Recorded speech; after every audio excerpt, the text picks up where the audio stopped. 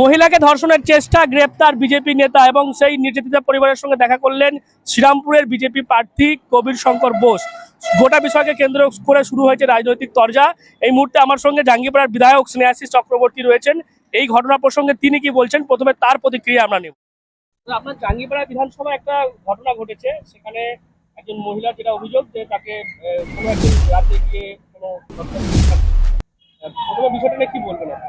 না, এটা আমরা শুনেছি এবং খুব নিন্দাজনক ঘটনা যে বিজেপির এক কর্মী সে রাত্রিবেলা কাটারি নিয়ে এক মহিলার বাড়িতে ঢুকে দরজা ভেঙে তার উপরে আক্রমণ চালায় এবং তাকে হুমকি দেয় যে বিজেপি যদি ক্ষমতায় আসে তাহলে তাকে দেখে নেবে।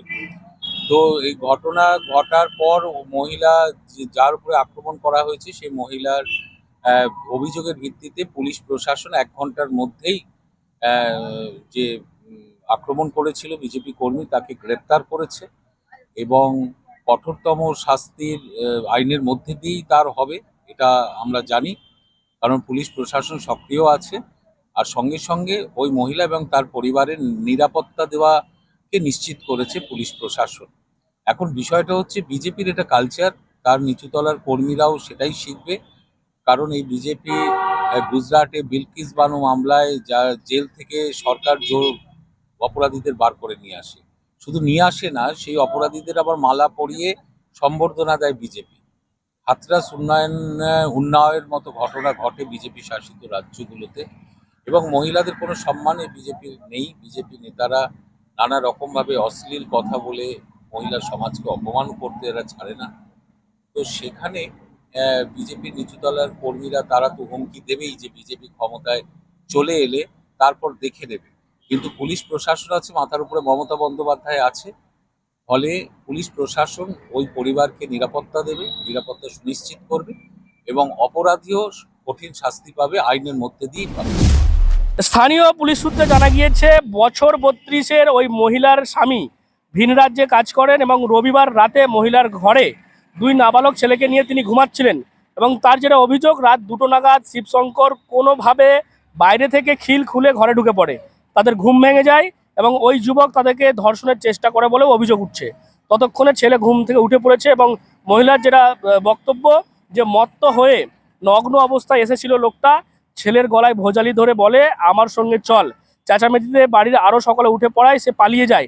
তবে বলে গিয়েছে যে বিজেপি জিতলে তুলে নিয়ে যাবে। ঘটনাটা আমার 2টো বাচ্চা আর আমি শুয়েছিলাম, আর খিলটা যখন খুলে তখন আওয়াজ পাইনি। যখন ঘরের ভেতরে ঢুকে গেছে তখন আমরা শুয়ে আছি, আমি আজকাই উঠে পড়েছি। উঠেই তখন আমার হাতগুলো ধরেছে, বলছে চ তোকে তুলে নিয়ে যাবো, যদি না যাস তাহলে তোর ছেলেগুলোকে মেরে দেবো। আমি যাচ্ছি না বলে সে বলছে চাচাবি না, আমি ঝড়ালি মেরে দেবো। হাতে কি ছিল? হাতে ঝড়ালি ছিল, বলছে বলছে মেরে দেবো। আমি যাচ্ছি না বলে, বাড়ি থেকে বেরোচ্ছি না বলে বলছে তোকে তুলে নিয়ে যাবো। বলছে তোকে আগে তুলি, তারপরে বিজেপি জিততে পারলে তারপরে একে একে তুলবো বাড়ি।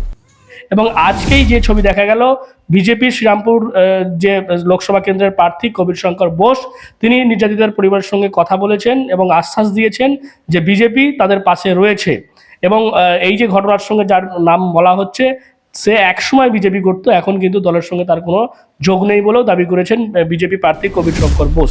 রাতে খবর পেলাম যে হোসেনপুরে একজন মহিলার বাড়িতে, বন্দনা মালি, ওনার বাড়িতে একটি অ্যান্টি সোশ্যাল, যে আগে গাঁজা কেসে, গরু পাচার কেসে জেল খাটা আসামি, সে নাকি মাঝরাত্রিরে তার বাড়িতে ঢুকে একটি হাতে ভোজালি নিয়ে সে তার ছোট্ট ছোট্ট বাচ্চা, 8 বছর 7 বছরের বাচ্চা, তাদের ফেট করেছে।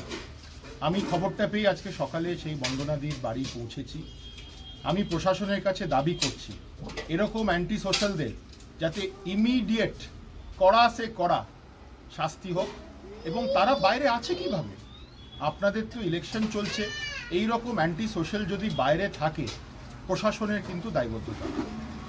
আমি আবার বলছি, সাধারণ নাগরিকের সুরক্ষা প্রশাসনের দায়িত্ব, ল অ্যান্ড অর্ডার প্রশাসনের দায়িত্ব। এই ছেলেটি কিছুদিন আগে আমাদের সব দেয়াল মুছে দিয়েছে, এই ছেলেটি এখন ওপেনলি অন্য দলের জন্য, বিরোধী দলের জন্য কাজ করছে এবং গতকাল গিয়ে এই মহিলাদের ও ধমকেছে। আমার যারা যারা এখানে কার্যকর্তা আছে আমরা এর তীব্র নিন্দা করি এবং আমরা সবাই মিলে থানায় যাব, ওখানে দাবি করব যাতে এরকম অ্যান্টি সোশ্যাল এলিমেন্টস যারা সমাজের ভেতরে আছে তারা যাতে জেলে বন্ধ হয়ে যায়। এবং এই মহিলাদের সুরক্ষার দাবি করছি প্রশাসনের কাছে। একজন মহিলা মুখ্যমন্ত্রী শাসিত রাজ্য, এটা ওনার দায়বদ্ধতা। আমরা আজকেই যখন প্রচারে বেরিয়েছিলাম সেই মহিলার সঙ্গে আমাদের দেখা হয়েছে।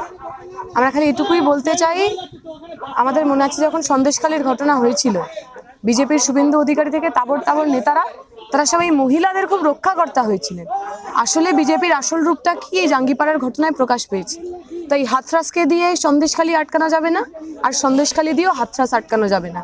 তৃণমূল বিজেপির গুন্ডা বদমাইশ যে লোকগুলো আমার মা বোনের গায়ে হাত দেয়, যাদের এত সাহস হয় দাঁড়িয়ে এই কথা বলার যে আমরা নির্বাচনে জিতলে তোমাকে তুলে নিয়ে যাব, এই সব কটা লম্পট, এই সব কটা গুন্ডা বদমাইশ যদি জেলে পুড়তে হয়, তাহলে আগামী 20 মে আমাদেরকে ভোট করতে হবে।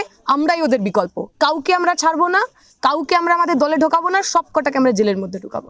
এখানে এখানে প্রার্থী শ্রীরামপুরের প্রার্থী কবির শঙ্কর ঘোষ, কবির শঙ্কর তিনি বলেছেন যে ওটা আমাদের বিজেপির কেউ নয়, অস্বীকার করেছেন।